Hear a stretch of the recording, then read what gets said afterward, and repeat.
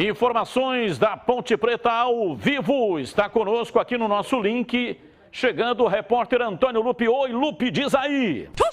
Beleza, Batista, mais uma vez um abraço para você, para todo mundo que está acompanhando os donos da bola.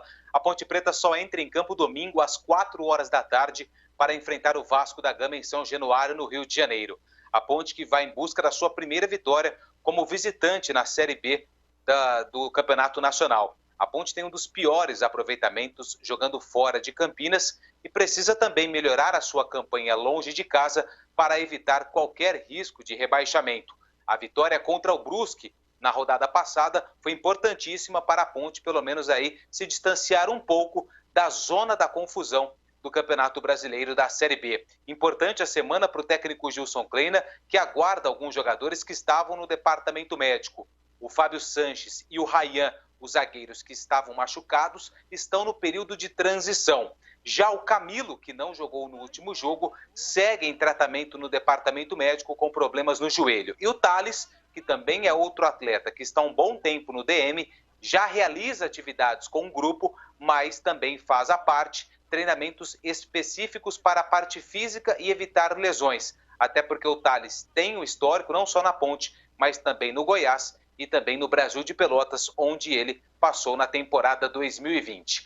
Ontem, antes do treinamento da Macaca, quem falou foi o zagueiro Cleilton, que depois de muito tempo na Europa e também no futebol do mundo árabe, retornou ao Brasil e tem sido titular ao lado do Thiago Lopes. E o Cleilton fala da importância dessa semana cheia de trabalho até o próximo compromisso contra o Vasco.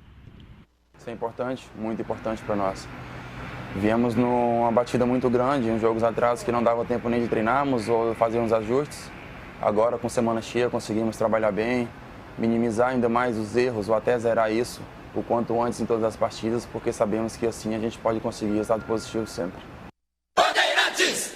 Do Cleilton e também do Thiago Lopes, o SofaScore, que faz as estatísticas das divisões do Campeonato Brasileiro, Série A, Série B e também Série C, tanto o Thiago Lopes quanto o Cleilton, eles estão na seleção da 20ª rodada, que também tem o Moisés, atacante da Ponte Preta, pelo desempenho que eles apresentaram na vitória em cima do Brusque pelo placar de 3-0.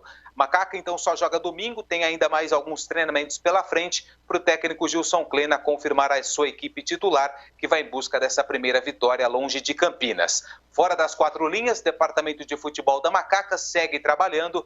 Detalhes burocráticos impedem ainda o anúncio oficial da contratação do meia Matheus Anjos, que nós já divulgamos na última segunda-feira. 22 anos, está no Atlético Paranaense e deve ser emprestado para a Macaca até o final da Série B do Campeonato Brasileiro.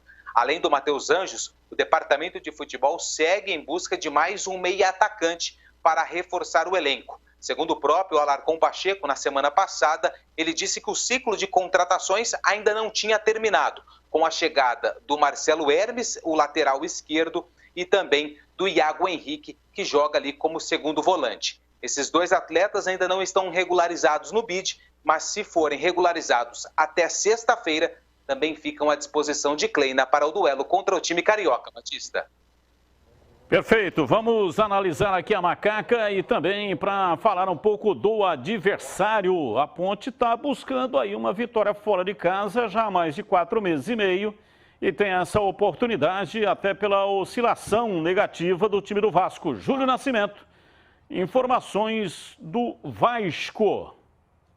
Pois é, Batista, o Vasco vem de mais uma derrota, inclusive o jogo contra o Operário foi marcado aí por algumas declarações fortes dos jogadores. E o Lisca tem o pior começo de trabalho na carreira, né? A gente conhece o Lisca por ser um técnico que dá um resultado imediato sempre de muito impacto, né? Ele sempre chega, acaba impactando no vestiário. O primeiro jogo do Lisca é com vitória, mas depois ele perde um pouquinho dessa boa sequência e o Vasco vive uma situação delicada no campeonato. É um time com poucos desfalques, mas muito pressionado, o Lisca ainda mudando muito a escalação. Então, como você citou, a Ponte que não venceu fora de casa ainda vai enfrentar um adversário remendado, um adversário que está buscando seu padrão de jogo e que vem muito pressionado pela falta de resultados. Batista. Vamos lá, Gleger, a sua análise, a Ponte para este jogo lá no Rio de Janeiro. É um jogo duro, jogo difícil, né? O Vasco está com sérios problemas, fora de campo, dentro do campo também, mas é o Vasco, né? Vasco. É o Vasco. Então a Ponte tem que estar muito atenta. Eu credencio esse jogo ao momento bom que vive a Macaca, né? A evolução técnica que está tendo o time. O Gilson, aparentemente, achou um jeito legal de jogar, né? As peças ideais também. Não há à toa que ganhou aí esses últimos jogos, jogando em casa. Agora, precisa fazer um bom resultado fora.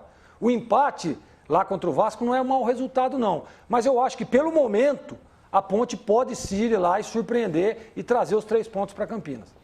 Os jogos em casa, o time tem que rodar aí com 70%, 72%. A Ponte vinha muito mal, né? Tropeçando, com uma dificuldade imensa dos jogos no Moisés Lucarelli. Os 4 últimos jogos, ela fez a lição de casa. Fez 100%. 100% de aproveitamento. Foi Então muito tá ainda a média é baixa, né? Por causa da performance ruim lá atrás. Passivo grande, né? Passivo muito grande. E agora o que tem que acontecer? Ela tem que beliscar pontos importantes fora de casa. Para recuperar, né? Para recuperar o passivo muito grande lá de trás, Exatamente. Como disse o Tigrão. Exatamente. E aí não existe assim vencedor de véspera, mas se o adversário está cambaleando, se ele vem ali meio que esfregando no guarda-reio, aí tem que dar ali um cacete. Deixa eu só comentar a imagem que eu vi ali agora. A gente percebeu o Ivan fazendo um salto ali, mas sem roupa de treinamento. Isso aí, o Betão é um miguezão, né? Fala pro cara, não, vamos lá pro campo, fazer nada, só um feijãozinho com arroz. Chega lá e bota o cara pra saltar. Bota pra ralar. Olha lá, olha aí, ó. Tá certo, Betão grande profissional. Aliás, se ele salta a mão um pouquinho, ele derruba o travessão. Aí, ó, é verdade. O negócio é o seguinte, Batista e amigos da Bandeirantes, a pressão, ela sempre tem um efeito ou outro. Ou ela tem um efeito positivo, que é a pressão que o Vasco está vivendo. O que é o efeito positivo? O time corre mais. Ou ela tem uma influência negativa. O que acontece com a negativa? O time erra mais. Eu espero que domingo, 16 horas lá em São Januário, que dê a opção 2, ou seja, que essa pressão atrapalhe o Vasco. Mas não é certeza que isso vai acontecer. De repente o Vasco entra e fala, Negadal, é hoje ou nunca mais. E aí uma pressão vai amassar a Ponte, vai para dentro. E sempre lembrando que o Vasco tem 28 pontos contra 22 da Ponte. Ele está na 11ª colocação, mas está muito próximo ali do bloco dianteiro. Então, eu concordo com o Gleger na medida em que ele falou que o empate não é ruim, não é mesmo. Mas a Ponte tem que aproveitar essa instabilidade do Vasco e ir lá e ganhar a primeira fora. Lógico que tem que aproveitar, seria o melhor dos mundos. Mas vai ser um jogo complicadíssimo, porque o Vasco não pode esperar mais e nem o Lisca. Então, se a Ponte tiver inteligência, sabedoria para dar uma esfriada na pressão inicial que o Vasco vai impor, de repente, ela deixando o tempo passar, diminuir um pouco aquela velocidade, aquela intensidade, ela pode impor o seu ritmo e até ganhar o jogo. Mas o empate é legal. E só fazendo uma brincadeira aqui, ô Batista, o Lupe é o seguinte, ele nem conhecia a Vanessa ainda, quando a Ponte ganhou a última fora de casa. Ele já está noivo, de casamento marcado. Então você vê quanto tempo faz. Tô brincando aí com o torcedor da Ponte, chegou a hora de ganhar fora. Eu também ou acho. não? É verdade, é verdade. Quando foi? Que jogo foi? Foi São Caetano. Foi Ponte 2, São Caetano 1, Campeonato Paulista. Se não me engano, foi em março. Aos 49 do segundo tempo, gol de Moisés. Golaço. Foi um golaço. Golaço do Jogando Moisés. do lado direito. O Lupe conheceu a Vanessa no final de semana seguinte. Pô, já tá noivo, aliança. Marcou o casamento. Já marcou, contratando o buffet, mandando convite pra nós. E a Ponte não ganhou mais, então chegou a hora.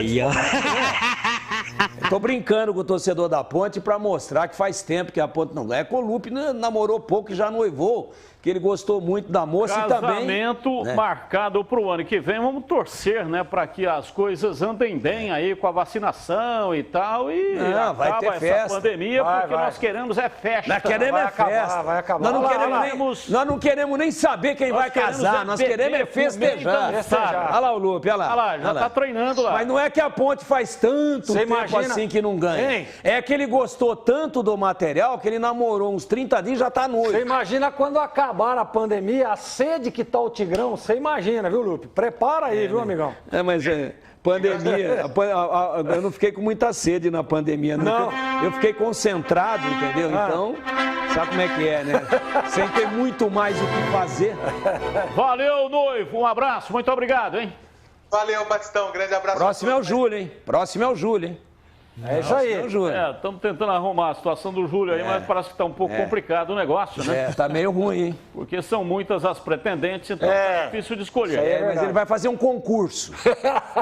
Você é o bichão. Valeu, muito obrigado, Antônio Lupe. Informações da Macaca. Vamos